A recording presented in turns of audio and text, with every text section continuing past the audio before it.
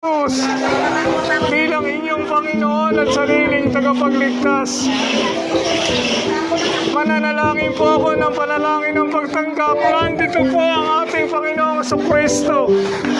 Kumakatok po sa pintuan ng inyong puso. Ang sabi po niya, sino nga magbukas, ako'y papasok at hahapong kasalo niya. Mahal na mahal po tayo ng ating Panginoong Jesucristo.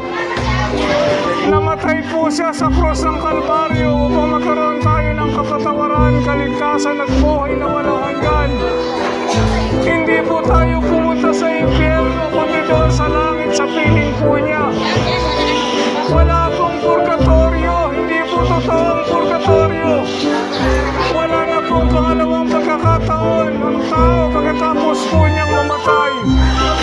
Dito lamang po binibigyan po ng Diyos ng pagkakataon tayo upang magkaroon po ng kapatawaran, kaligtasan at buhay na walang